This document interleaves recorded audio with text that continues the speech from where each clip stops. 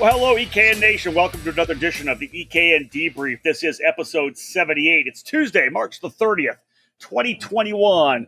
And myself, Rob Howden, joined by David Cole, who is trackside. We're going to talk about the 2021 finale of the Challenge of the Americas at Sonoma Raceway in Sonoma, California. The event held on March the 26th to 28th. Before we jump into this edition of the Debrief, let's talk about our presenting sponsor of this show, the Alan Rudolph Racing Academy. If you want to improve your results, it's time for professional instruction and coaching at the Alan Rudolph Racing Academy. Located at the state-of-the-art Speed Sports Racing Park just north of Houston, the Alan Rudolph Racing Academy offers custom coaching programs for newcomers and experienced racers alike. Train with a champion with over 30 years of racing experience to get proven results. Get ready for the big races by training with the best. Reserve your dates now by calling 866-607-7223.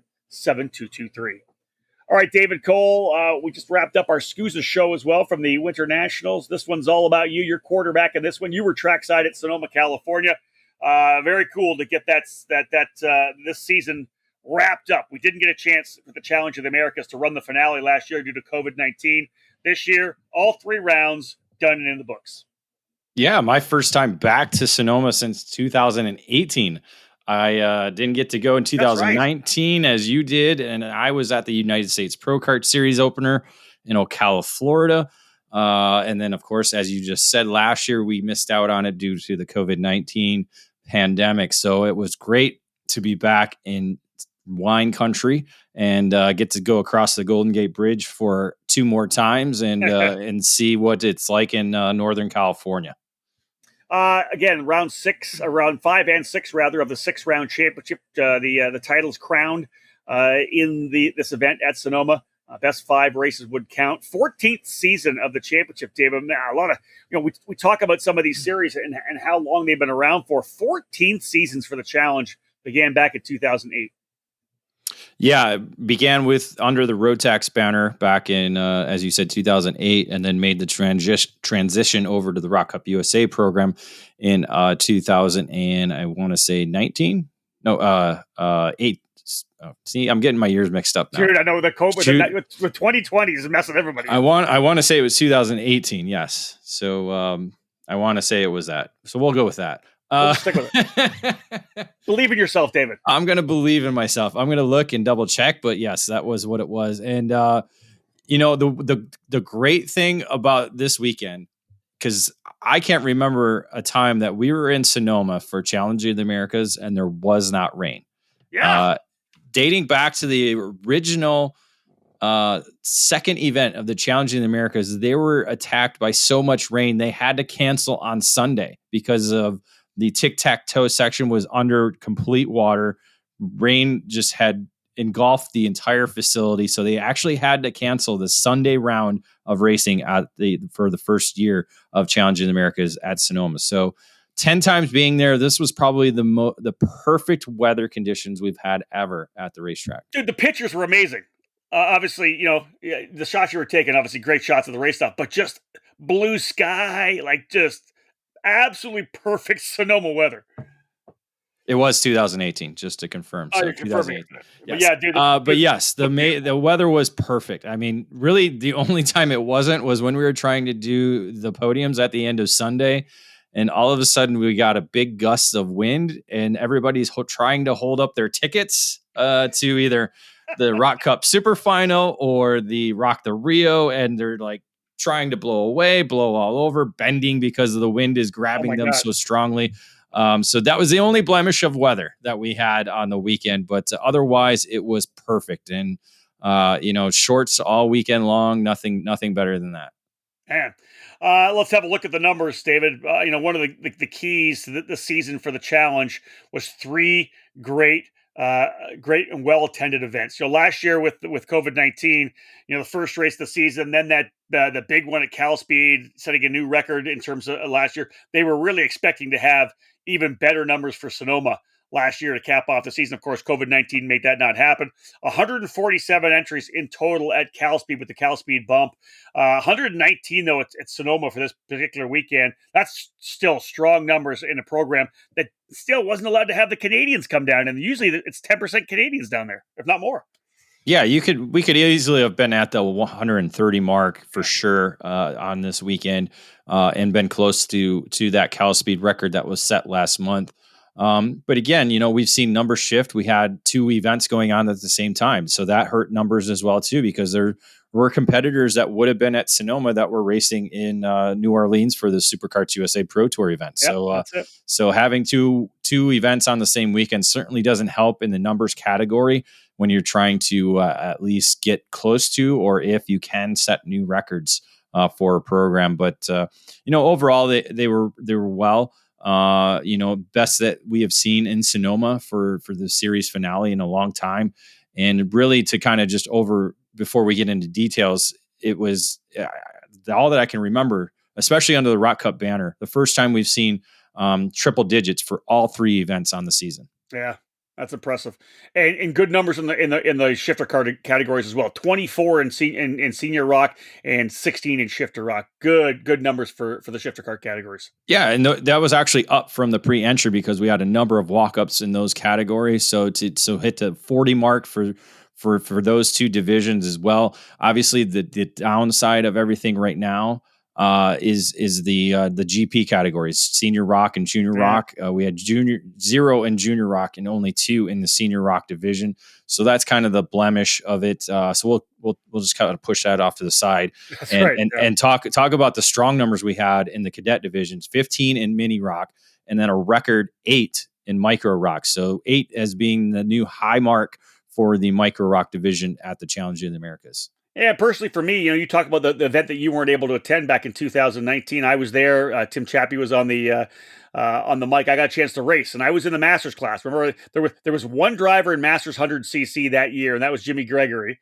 And then Calvin Chen entered. I think I was going to enter using Andy Saisman's Burrell. We're kind of figuring out how to do it, so I was going to be able to race against Jimmy. Then Calvin Chen came in. Then we had Craig Yeski, I believe is his name, came in and run with it. So we had at one point on the Sunday, we had 4 guys in Masters. It's now up to 8 in the Masters 100cc class. There was 13 down in Cal Speed. I love the fact that we're seeing some growth in that 100cc Masters class, because I think they'll get more guys to come and play in that category. Certainly, I think we'll as that continues to grow, and kind of catch the eye of the Masters drivers. I think we'll certainly see a double-digit regular for at least next year for the challenge for sure. Indeed, and as David said, 3 straight races over the 100 mark bodes well for 2022 for the Challenge of the Americas. Quick break of the action, folks. When we get back, we'll jump in to the paddock pass. David will give us some of the insight happening away from the track. Acceleration Kart Racing is your first and only stop on the internet for karts, parts, and the safety gear you need to get you on the track. Visit shopakr.com for a great selection of karting equipment on a user-friendly website.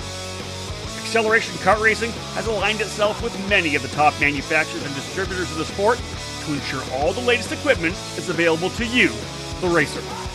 With over 20 years in business and customer support available 6 days a week, you can be confident about getting the right parts at the right price when you need them. Be sure to visit shopakr.com today or stop by their headquarters in Las Vegas. Make sure to follow Acceleration Kart Racing on Facebook, Twitter, and Instagram for the latest specials and new arrivals.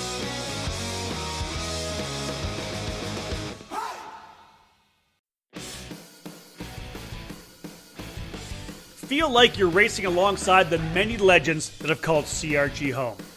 With direct factory support, the CRG Nordam operation is the North American distributor for all CRG products related to karting and is based just outside Houston, Texas. The complete racing chassis line, including the famous Road Rebel shifter kart, is available through CRG Nordam. The growing FS4 Briggs & Stratton focused chassis is expanding worldwide, including right here in North America. Many tracks, indoor and outdoor, have made the switch to the Centurion rental kart line through CRG. New for the 2020 season is the Mini Hero for cadet racing, homologated for FIA competitions around the world. Head over to kartcrg.com or find them on all social media networks. Welcome back to this edition of the EKN Debrief, episode number 78. Is David Cole giving us his essentially podcast race report of the final round of the Challenge of the Americas for 2021. Let's jump into the Paddock Pass, brought to you today by Forward Direction Motorsports. In Colorado, the place to go for karts, parts, and everything else you need to go racing is Forward Direction Motorsports. Owned and operated by veteran karter Greg Welch, Forward Direction Motorsports has been developed to provide customer service and product sales at all levels and both in person and online. We're a brick and mortar shop that serves as a hub of racing in Colorado, and we also have an online store that can ship all over the country. We can also service all makes and models of engines and karts. Whatever you race, we can take care of you. Head to fdmkarting.com to learn more about our products and services or call us direct at 720-323-3650. All right, DC, into the Paddock Pass. What do you got from the racetrack? Well, I kind of already mentioned it earlier in our numbers section, but two events on the same weekend. Obviously the Challenge of America is wrapping up at Sonoma Raceway, but across the United States was the Superkarts USA Pro Tour Winter Nationals. We just taped our debrief for that, but it was certainly a bit weird, interesting. You being over there, me being in Sonoma, that kind of would be an occasional conversation piece because people were kind of wanting to hear updates or we're discussing some of the current results that were going on over in NOLA as we were watching the events unfold in Sonoma. So that was kind of a major talking point throughout the weekend. Championship challenge, obviously, our championships up for grabs on the weekend. Two of them actually locked in right before you even got there. Yeah, obviously being the series finale, championships were on the mind for a handful of drivers. For two of them, it was already wrapped up. Tristan Young had already secured the Junior Rock title, and he elected to move over to the Junior 100cc division for the weekend, so was able to actually go toe-to-toe with a number of the drivers in that category. And then the Senior Rock division with its 4 victories coming into the weekend, Liam Lech had already secured enough points to call himself the champion in that division. And he, along with teammate Macy Williams, battled throughout the weekend in that race or in that category. One of the cool things about racing in Sonoma is it's a track that if you have local knowledge, you can help in a big way. And what kind of turnout do you guys have for locals? Yeah, that's it. When a big event comes to your racetrack, you kind of want to go to it and see where you stack up against some of the best in the country. And that's kind of what we get when we go to the Sonoma Raceway facility, especially with the Rock Sonoma program still growing and gaining momentum. Excuse me, as they had their 2021 season opener last weekend. So a number of the teams that were going to be that were at Sonoma for challenge came a little bit early and got some critical testing and kind of got up to speed because again we're racing on a brand new tire this year, the Levanto tire. So people were trying to understand kind of how the racetrack and tire work together, and of course the new layout. That was another focal point of why racers kind of went to the racetrack early to kind of see where they sized up. It was obviously a talking point with a number of the competitors over the weekend. Some liked it, some didn't. Some prefer that tic-tac-toe section. One of the issues that you deal with in regards to the new pro national layout is it's not a complete one-piece surface. So it's not like the actual track layout. It's just kind of pieces of pavement put together to make a what is essentially a helipad for some of the major events that they do have at Sonoma Raceway. So it is a bit bumpy because of the transitions. So it's not so much that the pavement's rough, but just the transitions make it a little bit rougher. So it certainly adds a new element, but it gave a great passing opportunities, especially what we saw in the shifter categories, as you would obviously break deeper heading into the original tick part of the tic-tac-toe as you make that right-hand corner, but it sets up for a great passing opportunity going into the second right-hander to get you back up onto the original part of the racetrack. So We saw a number of passes, not only in shifter, but a number of other different categories as well. Because again, if you got through that first right-hander a little bit too deep and kind of got off into the curb or the marbles, allowed for somebody to kind of sneak in underneath you. Awesome stuff. All right, folks, it's time to get into the race report. We'll go for a quick break here on the EKN Debrief. When we get back, we're going to start talking about Shifter Rock and Shifter Masters Rock. Stay with us. More to come. It all started in 1994 when former successful kart driver Albino Parolin decided to move his passion for karting from the track to his small workshop. That's when Parolin was born. Fast forward 20 years, and Parolin's passion for the sport led to the company rejoining international competitions as a factory team in WSK and CIK FIA races, with the aim of enhancing the research and development process, immediately achieving notable results around Europe, North America, and Asia, becoming the CIK FIA Asia Pacific KZ champion in the same year. Parolin USA is North America's source for Parolin products, and we run a factory team at all of the major Superkarts USA and Rock Cup USA events. The Parolin chassis lineup for 2021 includes the Invader Shifter, the Le Mans Tag single-speed chassis for junior and senior classes, and the 28mm mini kart for the cadet classes. Parolin has been winning races all over the world, and it's on top of the podium in the USA as well, with drivers like Kai Sorensen, Mateus Orjuela, and Alessandro De Tullio. Get on the chassis that's winning. Drive a Parolin. For more information, head to ParolinUSA.com.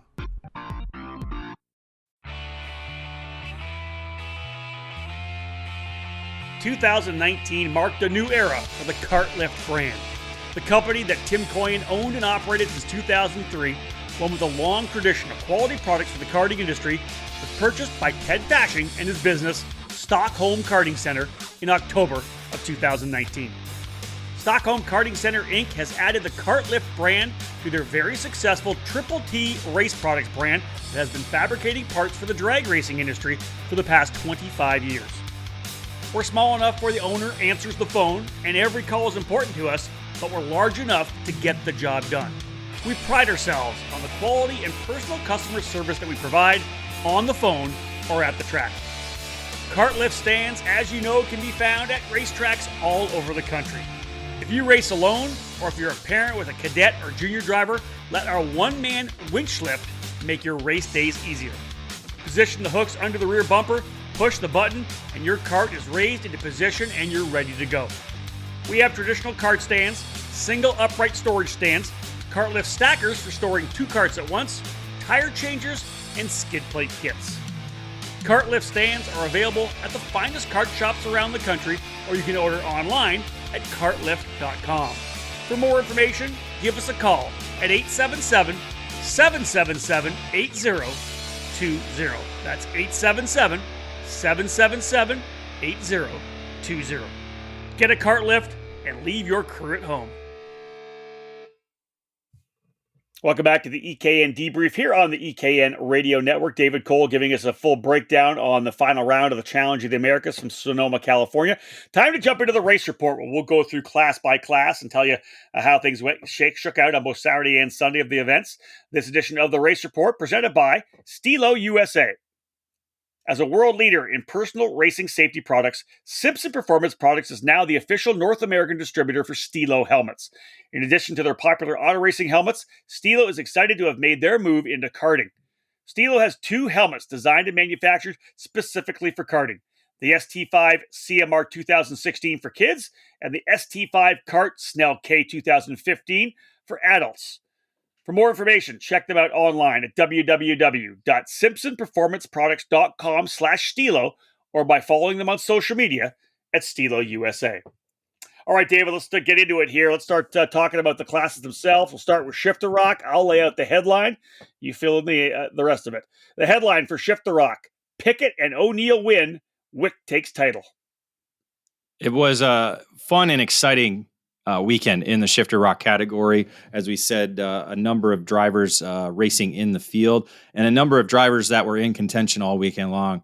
But to begin with, Aiden O'Neill, again, one of the local drivers under the Run White Racing CRG tent, a number of laps around the Sonoma Raceway ever since he was in his cadet years, now up into the shifter ranks, and is among one of the tallest drivers in the paddock at probably about 6'5", Wow. or even taller. I mean, this kid has just continued to grow ever since he was a junior. So O'Neill was quickest out on qualifying, was able to secure the win in the pre-final, but came under attack early in the main event. Actually looked like he was running a little bit of a defensive line within the first couple of laps. Just not quite quick enough early on in the main event.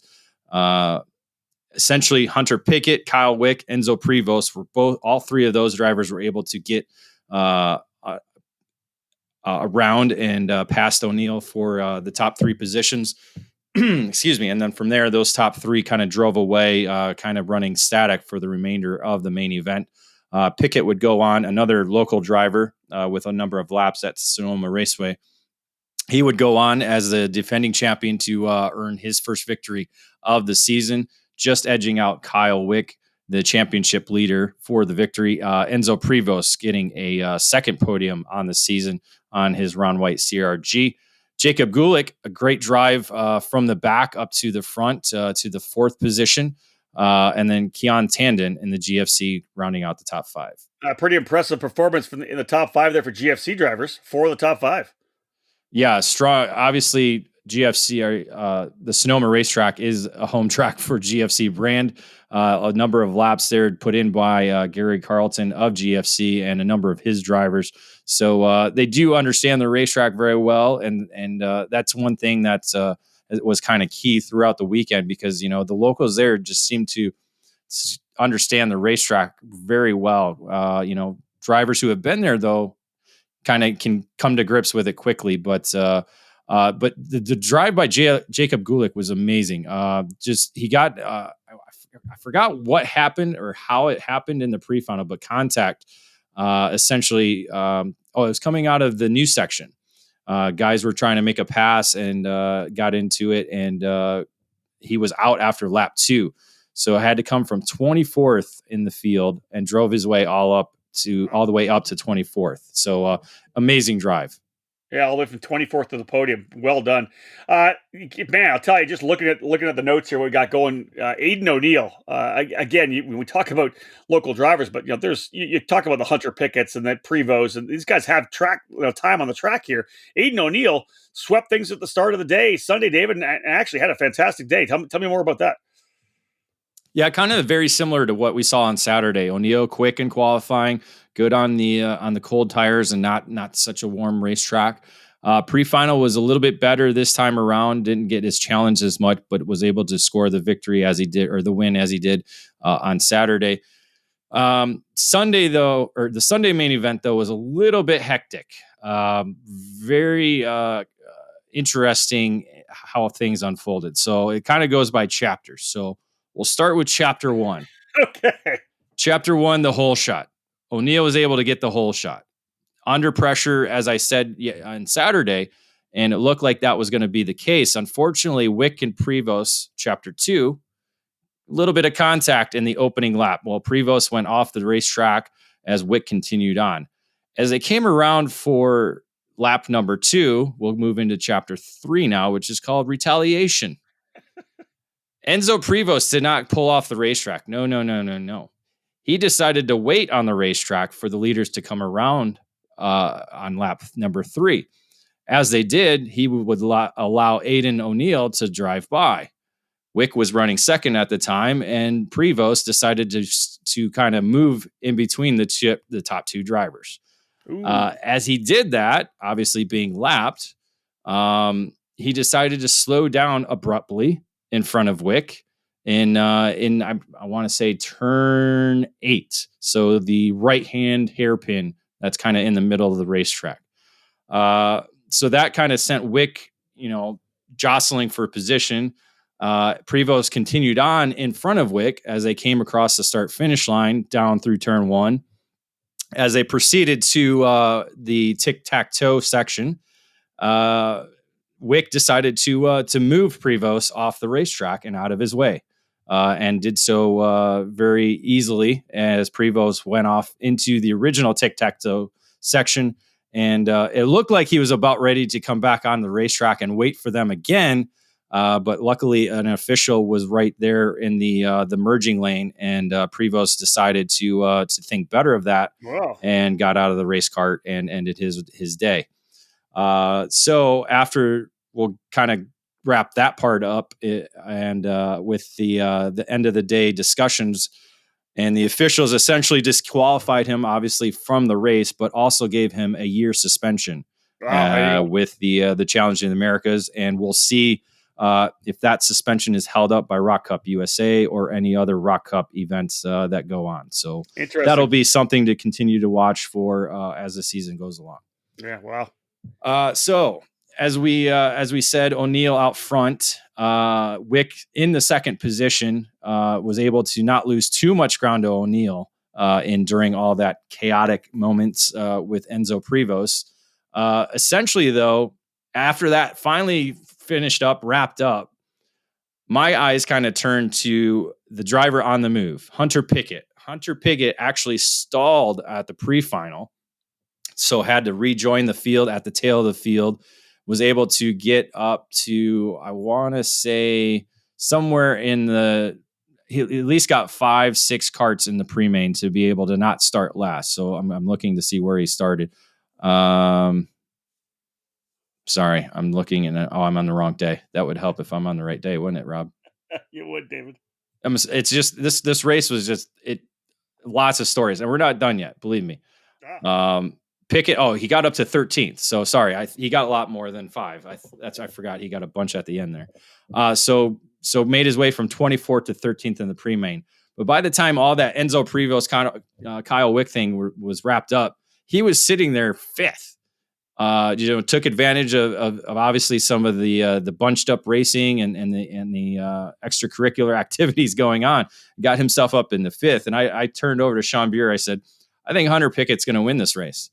Sure enough, Hunter Pickett picked him off one by one, got up out into the lead, and essentially from there was able to drive away to what was the provisional victory for Hunter Pickett. Unfortunately, Pickett was found to be passing under yellow, and thus was handed a penalty. I'm trying to find that because I didn't write it in the notes. I want to say it was 3 seconds. So essentially took the victory away from him and moved him down to 4th and off the podium. But nevertheless, It was a great drive. I'm not quite sure where the yellow flag was. He doesn't even remember when I asked him after the race. So, he took the officials for their word and realized that it might have been, it could have been with the Prevost thing. It could have been something else that occurred, some other contact, but essentially taking the victory away from him. So that, not to mention Kyle Wick dropping out with 2 laps to go because of a mechanical issue, essentially handed the win to Aiden O'Neill. So Aiden O'Neill came out as your victory or as your winner. Jacob Gulick driving to was classified in the 2nd position. Cole Shade on the track magic bounced back from some issues on Saturday to land himself on the podium in 3rd. As I said, Pickett dropped down to 4th with Dustin Salivari in the 5th position. Wow, a lot of action going on. A lot of action. That was probably one of the most, and that's not the most complicated story of the day for sure. So how's that all shake out for the points then? So with the points, the DNF was essentially Kyle Wick's drop. You add in his victories and podium finishes, was able to score the series champion. So the 2nd in a row for GFC, Remo Skiddy. Not quite the weekend he wanted, and came up 34 points short of the title. Jacob Gulick ended up with a great weekend, and Sonoma moved himself up into the 3rd position, only 67 points out.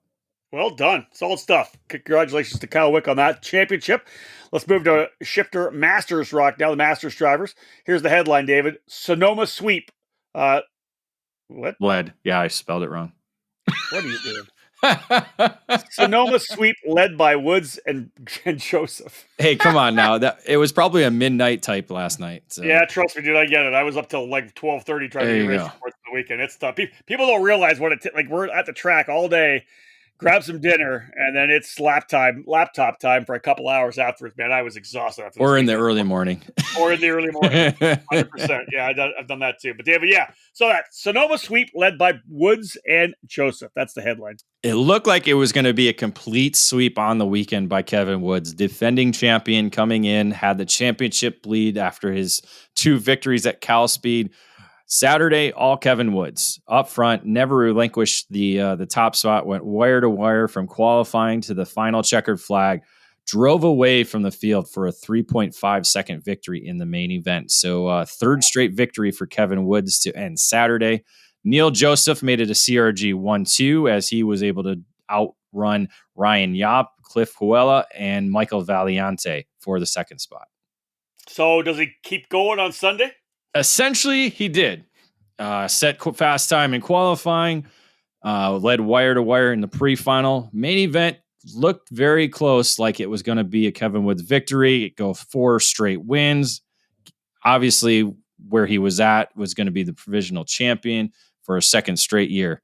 Unfortunately, some lap traffic played a little bit of a role in the main event with about, I want to say, 3 laps to go. I don't know if the lapper just didn't realize that it was the leaders coming around him or what, but it really slowed up Woods as they went in through turns 2, which is the section by tic-tac-toe. Slowed Woods up dramatically. Joseph was kept it close all race long and just saw the moment, went for it, basically went by both of them all in through turn number 2 and 3 to be able to steal the lead. Woods tried to come back, made one attempt, not quite good enough. Joseph fought him off and essentially drove his way to the victory to earn his first victory of the season. Woods ended up finishing second, but again, first in points as he would go on to claim what is now his second straight championship in the Shifter Masters Rock Division. Adam White finally was able to put everything together, been fast all year, just hasn't been able to finish strong, was able to do that on Sunday, driving up to a podium finish in the 3rd position. Yap ended up finishing in 4th with Cliff Coella in 5th. And championship-wise, Kevin Woods with the championship, 74 points over Cliff Coella. Yep, Michael Valiante sitting there in 3rd. Valiante just not a good enough weekend to be able to put a challenge. Cliff actually missed Friday practice. That was an interesting story. Came in the weekend before, so he was able to get some laps in on Saturday and Sunday, but couldn't get the travel to work to get up to the racetrack to be able to practice on Friday. So came in Saturday, did very well for coming in. You know, I think he qualified 3rd Saturday morning. So with only a warm-up session. But just didn't quite have the pace that the CRGs of Woods and Neil Joseph had all weekend long. All right, folks, that's it for the shifter card categories. When we get back after this quick break, we'll talk about senior 100cc, junior 100cc, and masters 100cc. Our EKN debrief, the race report from the final round of the Challenge of the Americas, continues after this.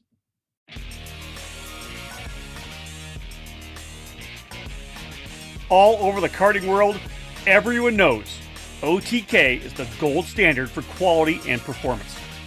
In the US, OTK USA is the source for all things OTK. From the legendary Tony Kart brand to the race-winning Cosmic and Esprit chassis, and now the new Red Speed and EOS brands, OTK quality is second to none.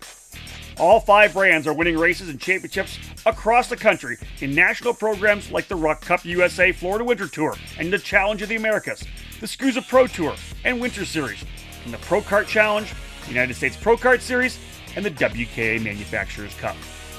And OTK products are also front and center on the podium of club and regional races from coast to coast.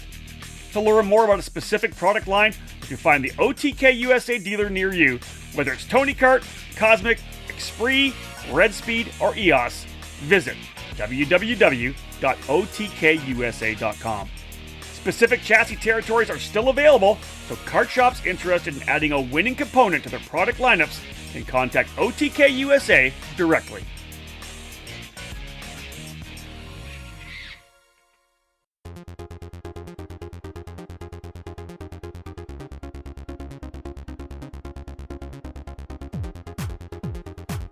You can buy all the latest and greatest products on the market, but when you're karting to win, it boils down to one thing: you, the driver. Gain the knowledge and abilities by investing in yourself at the Alan Rudolph Racing Academy, and you'll find those extra tenths of a second you need to put yourself on the podium.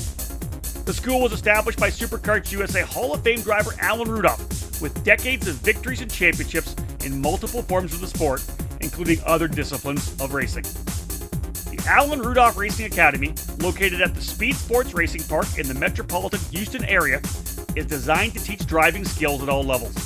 The instructors of the Academy have decades of racing experience and educating drivers of all ages. Classes at the Academy will teach the concepts and skills needed both behind the wheel and off the track. From the beginning kart racing experience and intro to karting courses, to their advanced 1-day and 2-day courses and karting clinics, the Alan Rudolph Racing Academy can improve the skills of any driver. For more information on the specific programs that the Alan Rudolph Racing Academy can provide for you, head to speedsports.com and click on the Racing Academy page. Be sure to follow the Academy on social media by searching for Alan Rudolph Racing Academy. Welcome back to the EKN Radio Network as we continue with our Debrief Race Report podcast of the final round of the Challenge of the Americas from Sonoma, California. The Race Report brought to you by Stilo USA. We're going to jump into 100cc Senior. The headline, Lech wins to lock up championship. Yeah, this was a championship that almost was clinched heading into the weekend with Blake Nash electing to go east to the SuperKarts USA Pro Tour event.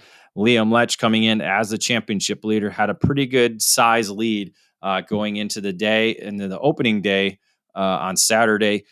Essentially got as much points as he possibly could on the day, setting fast time and qualifying and winning the pre-final. The main event, though, was a great fight between him and Kyriakis Soukis, as they were able to break away from the rest of the field and battle it down to the wire. And when I say battle to the wire, that's exactly what they did, because this was a little bit of a controversial finish. As they came around for the last lap, it was basically a typical Sonoma drag race out of the final corner down the curving front straightaway. Yeah. Soukis on the inside, Lech on the outside. It looked like Lech didn't quite have enough to get around on the outside, but as they hit the line, officials called in, or the scoring loop said Soukis won by 4 thousandths of a second. Officials, however, visually called in Lech as the winner. And that is how they were classified, with Lech getting the victory over Soukis, despite the scoring system saying Soukis had the advantage by 4 thousandths of a second. Now, photo finish is exactly what it is, because if you look at the photo finish that was taken by Sean Buer, it shows Lech just barely in front of Soukis as they reached the line. So officials called it on track without even confirming with photographs, but they had the photographic proof to back up what they called. So an interesting way to finish the race, but they essentially got it right, because the way you can see it in the photo that was published with the race report that we have on Instagram, Lech had the victory. Lech reached the checkered flag, reached the line first. So looking at it right now. That's awesome. It was a very, very interesting finish, because you typically go by, what the scoring loop says. Sometimes you go by an official. Sometimes you have the differing opinions, whether the timing loop, how old is it? How new is it? That has a lot to factor in. Yep. How good does it work? And it looks like they might need a new loop or a new decoder to kind of match what visually happened out on the racetrack. Well, great to have that shot from Sean Buer to get it out, nail that too. That's solid, because you got to have that. That's in the rule book. It was good by the officials. I mean, The officials called it in as soon as they crossed the line. They called it in. I got cart whatever Lech was. So it's good to have that visual look when you have a lot of finishes, and we did actually have some very tight finishes throughout the weekend in Sonoma. How'd the rest of the top 5 look? So behind them, Eddie Shimon coming back a year out of the cart, obviously with the respiratory issues that he does have with his health. He made sure to stay safe through the COVID-19. got his vaccine shots, and just came back to racing at his home track, and made a great drive to win the battle for third. Got it ahead of fellow GFC driver Alex Saragusa, with another local, Michael Mischoff, finishing fifth. You mentioned Saragusa P4. Looking at the results, looks like he came out of the gate pretty strong to qualify P1 on Sunday. Yeah, yes, he did. Was able to get the magic lap in Sunday's morning session. A little bit of a tighter fight up front. Pre-final was a little bit heated, a little bit close. Lech, though, was able to score the victory in that race, and then with the help of teammate Macy Williams, Lech and Williams were able to kind of partner up in the main event and break away from the rest of the drivers fighting for the victory on the day. They were able to get away and essentially decide the victory between them two. In another tight, close finish, Macy Williams was able to hold off Lech at the line by 28 thousandths of a second for her first victory in the category. Michael Mischoff was able to drive himself onto the podium for the first time this year, finishing in the third spot ahead of Sukis, with Jacob Hoover in the fifth position. You mentioned earlier that just due to the lack of drivers, Liam Lech had already scored the championship in the Rock Senior class. Looks like he walked away with the championship here in Senior 100cc as well.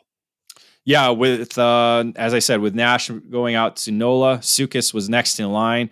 With Lech getting maximum points on Saturday, it hurt Sukis's chances of doing anything on Sunday to end that. So essentially, the championship was wrapped up on Saturday evening. Sukis ended up finishing second in the standings, with Macy Williams moving up to third with that victory on Sunday. Well, yeah, David, breakout races, I say breakout season for all three of those drivers, right? Liam Lech able to come out and be so good, winning races to win the championship. Kyriakos Sukis, first time you and I've really seen him, and really impressive all season long, and came on strong at the end. And Macy Williams getting a victory as well. I love seeing these three young drivers kind of work their way into the spotlight. That's kind of what we've seen in the 100cc category this year at Challenge is drivers kind of stepping up and making a name for themselves. So Lech obviously has done that with the championship, and then, as you said, Sukis and Williams moving themselves as to solidify themselves as probably three of the top drivers in the West. Yeah, lots of wins for Lech in 100cc senior, significantly different in junior 100cc. And I love this headline, David. 6 different winners in 6 different rounds. Yeah, I caught Andy Seisman, the series promoter, off guard a little bit at the podium when I told him 6 different winners. He's like, "What?" No idea. Just something you don't see too much, and we didn't see except for this category all year long, as we had 6 different winners in 6 different rounds. Saturday, Steven Eisert, and I mentioned that him in an outlap that he could be trouble on the weekend. He certainly was able to set fast time in qualifying. Came across as a pre-final winner, but a penalty dropped him down to 5th in that race, moving Preston Lambert up to the pole position. But Eisert was just a little bit tougher, was able to bounce his way back up forward. This time, though, was fighting with Cooper Auclair on the comp cart. The two of them fought back and forth for the top spot.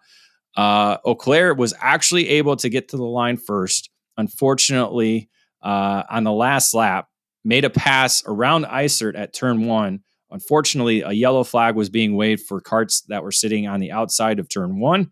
And officials surely saw that and provided him with a 3-second penalty, essentially taking the win away from him. So that moved Eisert up to the top step of the podium to be the 5th different winner on the year. Cooper Auclair was dropped down to 2nd after the penalty. Christian Cameron ended up winning the battle for 3rd ahead of Lambert and Tristan Young, making his junior 100cc debut. Nice, yeah. Young coming over from the Rock Junior category. How about on Sunday? What who's the 6th different winner? Well, it was very familiar names up front towards the end of the day, but early to begin, it was Alex Rantala, the local driver with Round White Racing on the CRG, that was able to set fast time in qualifying. He would, however, get shuffled back a little bit in the pre-final, a little bit more in the main event, but still in a close to the top 5, but just outside when the final checkered flag waved. Pre-final though was Cooper Auclair coming up to score the race win. This, however, was a little bit of a chaotic, not so much on track, but more off track as we went on. So essentially, we had a 3-driver fight for the victory between Isert, Auclair, and Christian Cameron. It looked like Auclair had the win as they came to the start finish line with Isert on the outside. But I'm trying to remember how to go. Hold on, let me see this. I'm trying to read and think at the same time. It's not easy there, Rob. I do, trust me. So Auclair kind of celebrated a little bit too early. As you know, you come down the straightaway, you think you have them. The hand goes up in the air before you get to the checkered flag. I'm sure you've seen this happen before. Yep. Isert was on the outside, getting there. Just as they reached the line, beat out Auclair by 7 thousandths of a second to reach the finish line first. Unfortunately, Isert during the tech.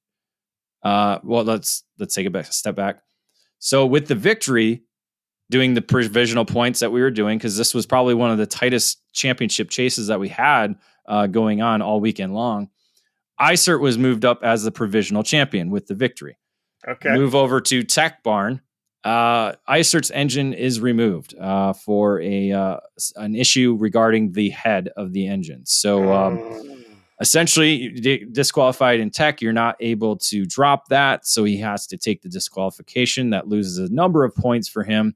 And he is essentially knocked off the championship podium and the championship with that disqualification. Ouch. So that essentially moved Auclair up to the top step of the podium for the race win. He gets the win, yep. Moved Cameron up to second. So with that happening, it moved Christian Cameron to the provisional champion, but a 2-spot penalty for contact dropped him from second to fourth. Well, that's what? That's a good amount of points. Yeah. And it essentially dropped him off the podium for the race. So that moved Alex Rantella up into second. So he was in the fight. I forgot. So he was in the fight in the top 5 there. So that moved him up to second, moved Preston Lambert to third, dropped Cameron to fourth, and then put Alex McPherson Weeman into the 5th spot. So the Cameron penalty, dropping him from second to fourth, essentially dropped him out of the top spot for the championship and moved Laney Benjamin to the championship by merely 2 points. Wow. And Laney Benjamin did not have a good weekend at all. She kind of hovered around inside the top 10 all weekend long. Just didn't quite have the pace to be able to challenge, was always in that second group. Was never able to kind of keep a battle close. So finished essentially out of the top 5 both days. I want to say a 9th and a 7th.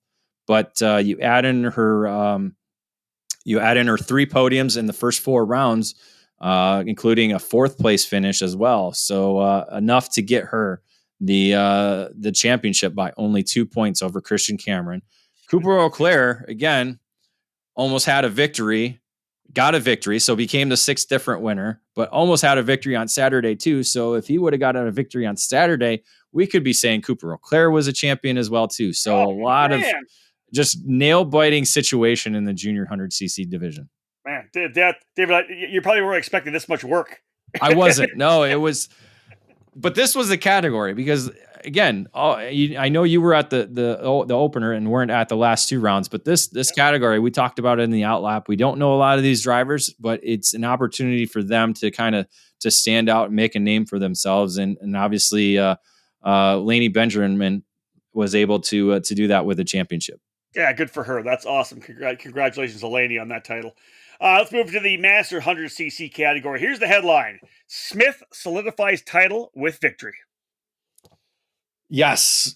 Mike Smith came in as the championship leader. A very slim margin between him and Tim Meyer. So that was kind of the championship watch. We were kind of seeing, okay, who was finishing ahead of who. throughout the weekend, because out front, and I kind of called it in the outlap. It was Carlos Calderon at his home track. We saw him win at Cal Speed and nearly pulled off another win the next day. But Carlos Calderon essentially went wire to wire on the day and Saturday to earn his second victory of the season.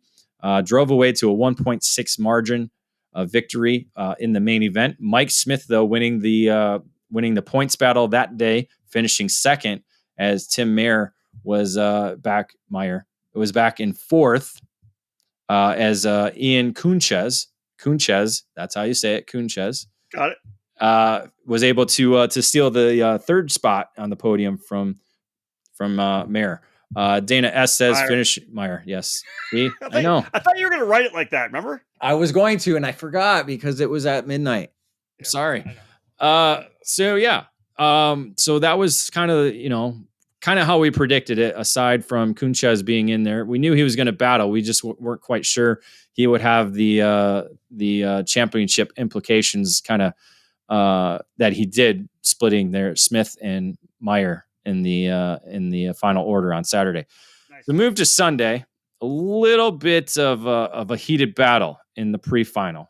Calderon was able to set fast time in qualifying, but he had a group behind him, and they were a bit hungry. That included Smith, Kunchez, Meyer. They were all fighting for position pretty hard. A little bit of contact here and there. Some drivers going off the racetrack. Some heated conversations after the race. Ooh. When all that and all the penalties were assessed, it was Kunchez with the win and dropping, I believe, Meyer down to the fourth spot after he was the provisional winner. So you go into the main event. We obviously had some heated issues in the pre-final. Well, that did kind of carry over into the main event. Kunchez was on the pole, was able to kind of get away from everything, as did Mike Smith, as Meyer and Carlos Calderon kind of got together. Calderon was ahead of him as they went into the inner hairpin, and Meyer just was a little bit more aggressive on the opening lap. The two made contact, essentially taking both of them out of the race before the end of the first lap. So heated battle continued and went into the final, and unfortunately, two drivers were unable to continue on. As the race continued, though, Kunchez was out front, and Mike Smith was able to position himself in second, essentially running down the new Masters driver as he went on to take over the lead and drive away to a 1.4 second advantage to earn his first win of the season and to clinch the championship on the year. Nice. Good for him. Kunchez ended up finishing second with Brian Phillipson in the third spot. Dana Estes fourth, with Preston Newberry capping off the top five. Ooh, Preston Newberry P5. Nice job. Yeah, he was sore. He was sore. He said he had a magician essentially giving him a nice massage under the tent. He is looking forward to getting more seat time and getting his body acclimated to race pace as the season goes on. So make sure you watch for Preston at the Colorado tracks this summer. Nice. So Mike Smith with the championship, as you said, 39 points over Tim Meyer. Brian Phillipson on the red speed. He was there all season long, 110 points back. Good for Mike. Yeah, I joked with him a little bit afterwards. I said, "You're lucky you won, because I wasn't going to give you the championship if you didn't win." Oh. You got to have at least one win. Come on now. Wow. Whew. All right, that's aggressive. I like that, though. He laughed at it. He enjoyed it. All right, another break of the action, folks. When we get back, we're going to go Senior Rock, Masters Rock, Junior Rock, continuing on through this edition of the EKN Debrief. A series built by racers for racers. Stars Championship Series. If you're looking for big grids without the stress and anxiety of a national event, then look no further than the Stars Championship Series. Our events are centered around our fun and family-friendly atmosphere, and this season we'll be visiting some of the East Coast's finest karting facilities. We've got 4 stops on the tour in 2021, with opening weekend set to take place at GoPro Motorplex on April 9th to the 11th. From there, we'll head to Newcastle Motorsports Park in June, the Motorsports Country Club of Cincinnati in July, and then to Pittsburgh International Race Complex to close out the championship in October. While April may seem far away, our season is already underway with our esports division presented by Extreme Sim Racing. You can get your weekly racing fix in our GT or open wheel divisions on every Tuesday or Wednesday by competing against karters across the country for some stellar prize packages, all for free. For more information on how to get on track in the virtual or the real world, check us out online at starschampionshipseries.com.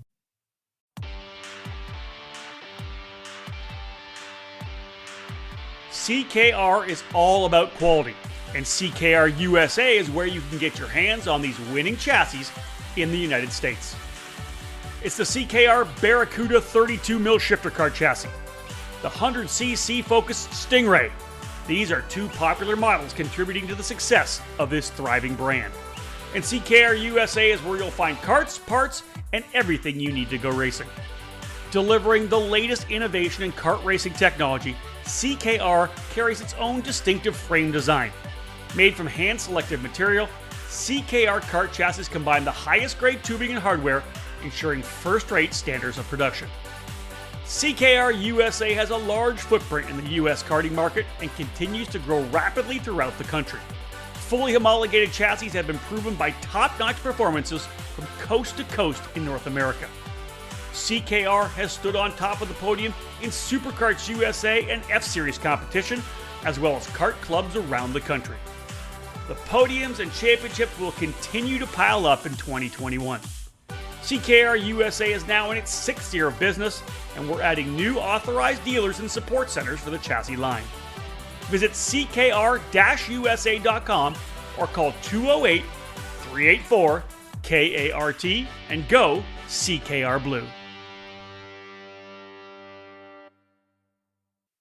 Welcome back to the EKN Radio Network and the EKN Debrief. David Cole doing a deep dive into the final round of the Challenge of the Americas, the finale at Sonoma Raceway up in California. David, enjoying being back with the crew there. David, let's roll back into the race report here, presented by Stilo USA. Senior Rock, here's the headline. History for Lech with second championship in same season. Something we have yet to see in the 14-year history of Challenge of the Americas was a driver winning 2 championships in the same season. Well, that is now broken as Liam Lech won the senior 100cc championship, as we talked earlier. And as we talked earlier, already came into the weekend with the Senior Rock Championship. So essentially, he and Macy Williams went out for a duel. Not both of them skipping the pre-final, but did make both of them making the main event to complete all 6 rounds of the series. On Saturday, Lech was able to set fast time in qualifying, but Macy Williams was just a little bit better in the main event, setting him up for a last lap pass to be able to get to the checkered flag first. So that was breaking up his perfect streak going into the weekend, as Lech had 4 straight wins going into the weekend. So Williams ended that streak, taking her first win of the year. Sunday, kind of the same thing. Lech out front in qualifying with the quick lap. The two went nose to tail throughout the main event. Unfortunately, Williams wasn't able to keep close enough to be able to attempt a challenge at the top spot, as Lech went on to earn his 5th victory of the year. Not running the pre-final certainly probably helped with the schedule, did it not? You know, a little.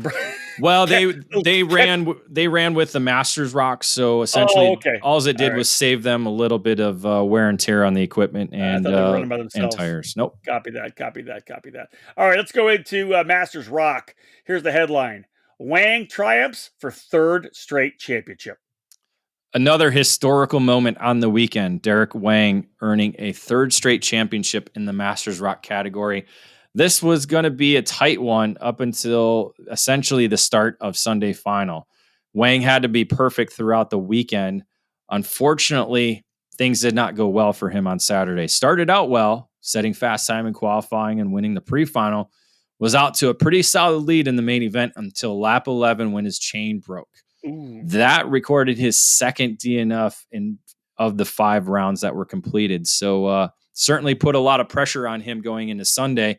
With his DNF, though, Adam Kate, I was going to say it right. Kasich. Yep. Kasich. Kasich was able to take advantage of Wang's misfortune this time, unlike he did at Cal-Speed, where Billy Cleveland was able to sneak by. Cleveland, however, made a mistake as he was trying to put the pressure on Kasich. Kasich, however, was able to go on to winning by 5 seconds over Tim Mayer with Meyer. Yeah, I know. Do this next one, Dave. Giorgio. There you go. Local driver was able to drive to third ahead of David Pregande, with Cleveland rejoining at the tail of the field in the 5th spot after his little spin.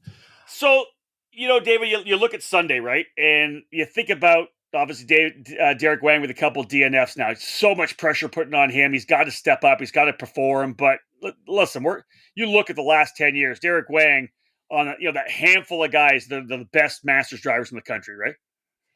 I would say so. Some people don't agree with me, but I would say so. I would. Yeah, he's pretty damn impressive. Derek Wang is. He is, and he was able to obviously put in a perfect day, and which is exactly what he needed on Sunday. He hoped he was going to be able to do it on Saturday. Unfortunately, the chain had other ideas. Sunday, they worked long and hard, making sure everything was put together perfectly as much as they could Saturday night for Sunday's action, and basically put in a beatdown on Sunday, setting fast time in qualifying, winning the pre-final. The start of the main event kind of took the pressure a little bit off Derek Wang as a turn 1 spin by Kasich essentially ended the championship chase for him, putting him off on the racetrack in the opening corner, and at the same time collecting Billy Cleveland. That took both of them out of the race. And if Derek Wang was to record a DNF, he still would have had enough points to secure the championship. So the pressure was off. Got a little bit of pressure though from Giorgio early on, but essentially drove away to a 3.3 victory over the local driver. Tim Meyer was in the 3rd position. You should just say that after even if I say it right. I'm going to. Okay. Meyer. In the it's Meyer. It is Meyer. I know. So stop messing me up. Right. Sorry, I apologize. I got it right, and then you messed me up. It's just I know what you're talking about. Frustrating. Why can't we have Smith and Cole and Johnson? Those are easy names. It's true enough. Meyer finished 3rd with David Pregande 4th, and that is how they wrapped up. So Wang actually ended up winning the championship by 55 points to, again, earn his 3rd straight record-breaking championship. That's impressive for sure. David, do you want to do a quick wrap here? Junior Rock, I don't know you have the notes down here. But just wanted to make sure we gave Tristan Young the props he deserves by earning the Junior Rock Championship. As we said, moved over to the Junior 100cc category on the weekend, so was racing in that category, but takes home the championship, earning his 2nd title from Challenging Americas as the Mini Rock champion last year. All right, 2 more categories still to wrap up this race report, folks. When we get back after this break, it's Mini Rock and Micro Rock. Trader, Evans, Pruitt, Haddock, McMurray. Karting legends are created here at the Quincy Grand Prix. This is Randy Kugler, the voice of this iconic event. After being forced to cancel last year's event due to the coronavirus pandemic, the Quincy Grand Prix will be back on its traditional date on the 1st weekend of June. So mark June 5th and 6th on your calendar and we'll see you there. On that gorgeous late spring weekend, for the 33rd time since 1970, competition carts will once again rip around the spectacular and beautiful 1.2-mile circuit set out inside the South Park of Quincy, Illinois. This is your chance to race in front of over 15,000 spectators. The 2021 edition of the Quincy Grand Prix marks the 51st anniversary of the first time karters raced around this historic venue. To celebrate the event, a $10,000 cash purse has been established for the 4 pro classes competing on the weekend. A total of 11 categories will be competing for the unique trophy given to all race winners, the Gussie, designed and named after the original race founder, Gus Trader. Registration is now open, so don't wait, and enter now at QuincyGrandPrix.com and become legendary. We'll see you at the park.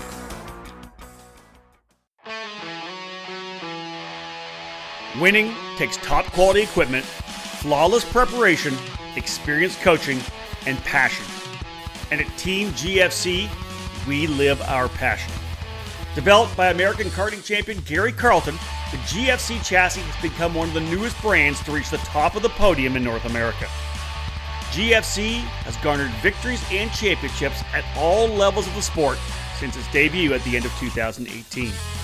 Shifter car drivers are at the front of the field running the GFC GT14 frame, and the SS31 has become a solid contender in tag and 100cc competition. Team GFC has arrive and drive packages available for all categories, including the mini and micro classes, utilizing the GFC RR5 cadet chassis.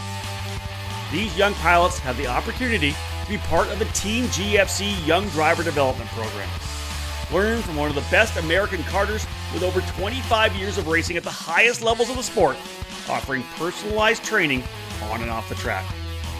Follow GFC Karting on Facebook and Instagram, or click over to gfckarting.com to learn more about joining Team GFC in 2021. GFC, live your passion. Welcome back to the EKN Radio Network. We continue with this EKN Debrief podcast as David Cole is reporting on the final round of the Challenge of the Americas from Sonoma, California, on the March 26th to 28th weekend. David, let's continue and wrap things up here with the race report presented by Stilo USA. Let's go to Mini Rock and the headline, Antonino dominates to clinch championship. Yeah, very similar performance, what we saw from Derek Wang and John Antonino. Coming in with 3 victories over the opening 4 rounds, had the championship lead going into the weekend with those 3 victories, and essentially put in a performance on Saturday to almost clinch the championship by day's end with a sweep of Saturday's racing. Came in and set fast time in qualifying and won the pre-final, and essentially led wire to wire in the main event to a 5.2 second margin of victory. Behind him was a good race for second as his race factory teammates, Nick Eggleston and Gage Corn, were able to secure the second and third spots to make it a 1-2-3 finish for race factory, with Nico Serafati in the 4th position and Cypress Andrus putting 2 GFCs in the top 5. Yeah, shout out to Race Liberanti and his team with Race Factory, 1st, 2nd, and 3rd in the Mini Rock category. He's got some talented drivers, and David, when you have a young program like that, it's nice to have some kids that you're going to be able to move up to junior eventually. You know, he's got some good, talented kids running that Race Factory equipment. Yeah, and they certainly had fun Saturday night at the podium with a couple of brooms for sure. I saw that. So yeah, Nico Serafati, my buddy, finishing in 4th, and Cypress Anderson 5th, as you said. How about Sunday? Looks like Nico came out of the gate pretty good. Yeah, a little bit of a challenge on Sunday to begin the day with Serafati. Again, home racetrack, coming in as the Micro Rock champion from last year. So certainly knows his way around the Sonoma racetrack, was able to set fast time in qualifying. A little bit of a battle between him and Antonino for the pre-final win, but it was Antonino able to edge out Serafati for the win in the pre-final. Main event time, though, however, it was Antonino with another wire-to-wire victory in the main event, this time establishing a 6.9 second advantage by the checkered flag. Behind him, a great fight for the second position. This time, Serafati was able to secure the position ahead of Eggleston, with Andrus in the 4th position and Gavin White completing the top 5. In the championship, pretty dominating championship for Antonino. Yeah, certainly the pre-final kind of helped solidify things, along with Serafati getting the bonus points in qualifying to stop Rocky Moran from trying to challenge for the title. So Antonino was able to secure a dominating championship performance by 152 points over Rocky Moran. Moran just not up to grips at the Sonoma circuit like we saw at Cal-Speed. So certainly something to work on in the future for him. But a great year nonetheless to finish second in the championship. Nico Serafati, though, moved up to the 3rd position with a solid Sonoma weekend, only racing 2 weekends. So 4 rounds for him. So with only 4 rounds counting, compared to a lot of the other drivers with 5, was able to secure the 3rd spot on the championship podium. Yeah, nicely done there for Nico. Let's go to Micro Rock, and to cap off the race report, the headline, Porter sweeps top step to secure 1st series title. Yeah, again, all these drivers new to the Challenge of the Americas program.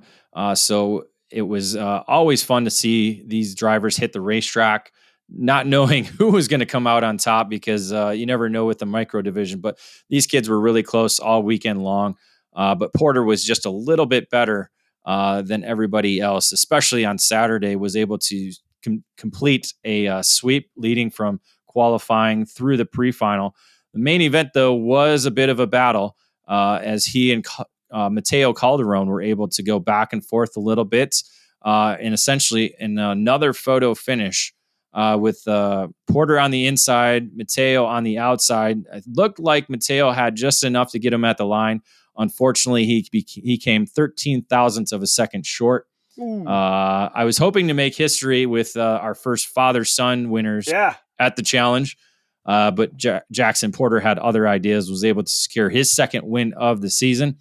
Reese Bowman completed the podium in the third position with Julian Sanchez and Jerome Rondeau in the fifth position. On Sunday, David, a new name, not one of the drivers in the top five, coming out with the top time in qualifying. Yeah, Troy Ferguson, we saw at Cal Speed, made his debut there that weekend, showed he had the speed to be able to challenge. Just didn't quite have everything put together on Saturday, but came out Sunday strong, setting fast time in the qualifying session, was able to win the pre-final. Main event, however, Jackson Porter was able to lock himself onto the bumper of Ferguson for the opening corners or opening laps of the race. Those two were able to pull away from the rest of the field and essentially decide the victory between them two. Ferguson closed up on the back of Porter late in the final circuit as the two were able to drag race to the line. So another photo finish in the micro rock division. This time, 47,000 separating the top two, with Porter getting another victory, this time ahead of Ferguson. Reese Bowman added another third position finish on the year with Calderon in fourth and Sanchez in the fifth spot. Cool to see Jackson Porter really step up, David, correct? On the Nitro cart to just dial things in on the final round of the season. Couple of races to at the finale, getting it done. The margin of the championship victory, only 59 points. He really went out and grabbed a hold of the title to win it. Yeah, certainly had to with Bowman there. Obviously the differences were a little bit closer heading into the weekend, but with the two victories, was able to establish a bigger margin in the championship chase over Bowman. So all these drivers are looking well for the future that they hold. Ashton Woon ended up finishing third despite not being in Sonoma, was racing at the Supercars USA Pro Tour, but established enough points with his 2 wins over the 4 rounds to earn the third spot in the championship. Nice, folks. Final break in this show. We'll come back. We'll wrap things up. We'll have a look at the Constructors' Championship, and we'll have a brief look at the EKN Trackside Live Race Calendar to let you know where EKN will be for the next couple of months. Stay with us, folks. We'll wrap things up after this break. Fast, fair, and fun. Ignite Spec Karting offers you all of that at an affordable price. And the all-new IgniteKarting.com website provides you with the information you need to fuel your passion for kart racing. Ignite Karting is a spec kart that features the Margay racing chassis with a Briggs & Stratton 206 engine and a Hoosier R80 tire. Everyone in the junior, senior, and masters classes utilize the same Ignite K3 kart, which puts all the emphasis squarely on the driver. You can race the Ignite package from Margay at the local, regional, and national level. Special events for 2021 include the Ignite Majors, featuring events at the Charlotte Motor Speedway, Quincy Grand Prix, and Newcastle Motorsports Park. Those in the Midwest can enjoy the regional-based Ignite Challenge Series at tracks in Iowa, Missouri, Indiana, and Illinois. Local club programs have been established in Idaho, Texas, Nebraska, New York, Ohio, and Florida. All the information that you're looking for on events throughout the country and on all the Ignite kart packages, including dealers in your area, is available at IgniteKarting.com. Get off the couch and on the track this year. Ignite Karting. Fuel your passion. Are you ready to make the jump from karting to race cars? Then check out the top-rated Allenberg Racing Schools at WeatherTech Raceway, Laguna Seca in Monterey, California, led by former Formula One World Championship driver Alan Berg. Whether you're starting a racing career, looking for a new adventure, honing your driving skills, or seeking an unforgettable experience driving the world-famous corkscrew, our team of professional coaches and proven curriculum will provide you with everything you need to drive our race cars to the limit. Programs in 2021 include 1-day, 2-day, and 3-day schools. Successful graduates earn their certification to apply for a SCCA racing license. For schedules and more information, check out our website, allenbergracingschools.com, or call us at 888-722-3220. Custom group and corporate programs also available.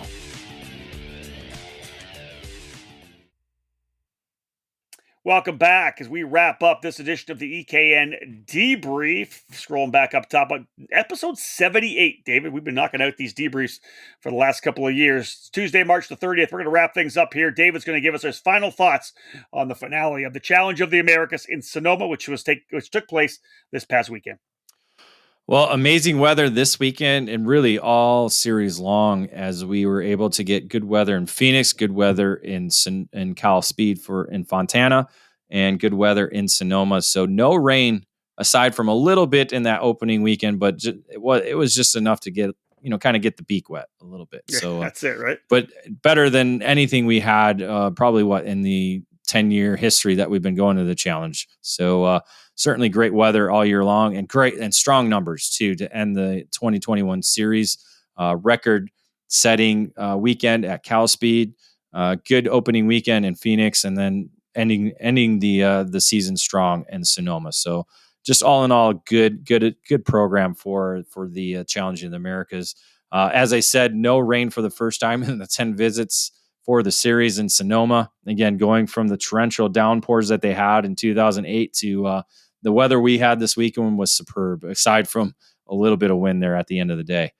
And again, no red flags or major incidents all weekend long. So 3 for 3 on the year for Challenge of the Americas with no red flags. So wow, pretty safe, fun, and exciting three weekends of racing. No red flags at all in the season. That's amazing, David. Yeah, it is. That speaks volumes for this program and the racecraft that these drivers are showing. Man, I can't remember ever talking about a series that didn't have a red flag once during the entire program. That's huge. It is. Really is. Also, you mentioned numbers. Now, I'll cap off my thoughts here. Just for any series, we know this happens, right? Especially a short series like this. Numbers spike at the top. You got your strong, always a bit of drop off in the final round because people that maybe not in the championship decide they're not going to run the whole championship. I don't understand that mindset. That's never been my mindset. If I'm going to do a championship, I'm doing the whole thing regardless if I'm in the hunt. But to be able now for Andy Saisman and the challenge crew to springboard off of those really good numbers from Sonoma to wherever we're going to start the season next year in 2022, they could set a record in their very first round next year, just with the amount of momentum they have right now. Without a doubt. And the momentum will hopefully carry over to the California Rock Championship program. This year expanding, going to have 6 rounds of racing in 5 weekends. 2 of them at Buttonwillow, 2 of them in Sonoma. And then of course the double round weekend that they're going to have in July up at Pat's Acres Racing Complex. That was another talk about, obviously the officials, many of them are from the area. They love that place. They can't wait to have everybody up there. Chris Ager was actually there for the weekend, was obviously roaming around and being grandpa and saying hi to everybody. But he's excited about the program heading up there, as are a number of competitors. So I think we'll see a lot of racers who didn't even compete in Challenge in the Americas that will be up at Pat's Acres racing that weekend. So should be good momentum going into that program for the 2021 season. Let's talk about the Constructors Championship, David. Looks like 4 different brands, probably 8 different brands able to get race wins. Yeah, EOS certainly had a number of victories throughout the season thanks to the Christian Bird Motorsports and the duo of Liam Lech and Macy Williams.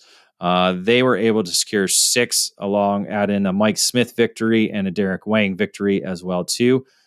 So they led the weekend with 6 victories. CRG gaining 3, one with Aiden O'Neill, one with Kevin Woods, and one with Neil Joseph. Comp Kart, Race Factory, Nitro Kart each having 2 victories, with Illuminos, Esprit, and GFC each earning 1.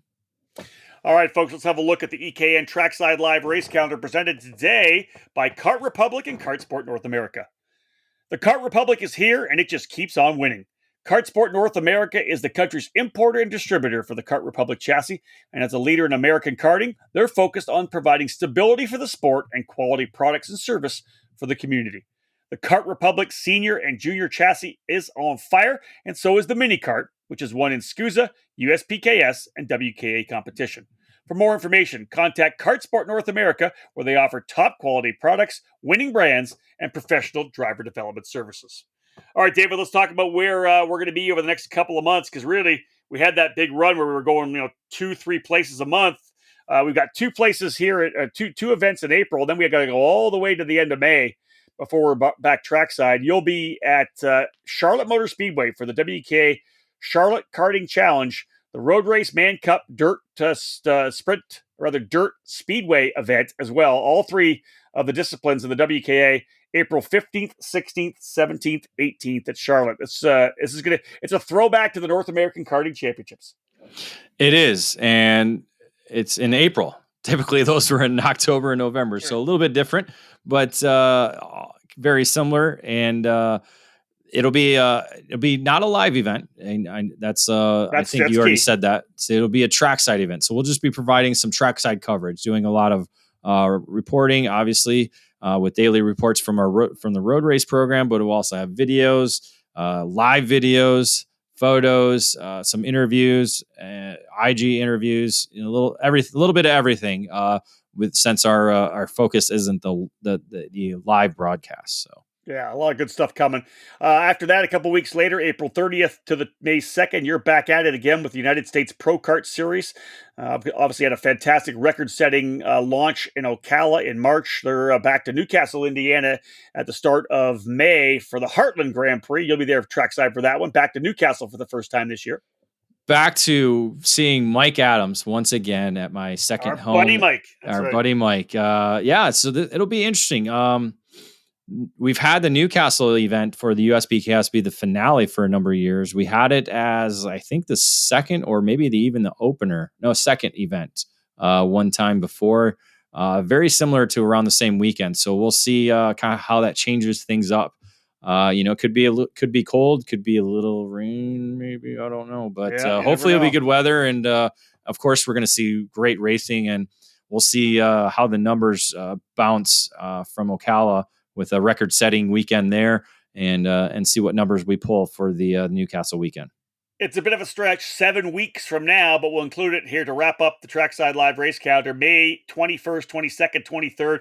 David, you and I will be back together at the Utah Motorsports Campus in Grantsville, Utah for the SuperKarts USA Pro Tour Spring Nationals, second round of the Pro Tour for 2021. Of course, then heading back to Newcastle in August. But yeah, you and I heading back to Utah. Great racetrack there, the Alan Wilson Design Facility at Utah Motorsports Campus, formerly known as Miller Motorsports Park. Spring Nationals at the middle of May. It's actually Indy 500 qualifying weekend as well, so I'll be watching that too. Jake and Elwood back together again. That's it, baby. Ready to do it. Hey, listen, we didn't talk about this at all yet, so we're going to cap it off with this. No, it's no big deal. 3 different in and out stops this particular weekend? Oh, no, just 2. Oh, I thought you did 3. Oh, all right. No, I did it Thursday on the way to the hotel, and then Monday leaving the hotel to the airport. So very nice.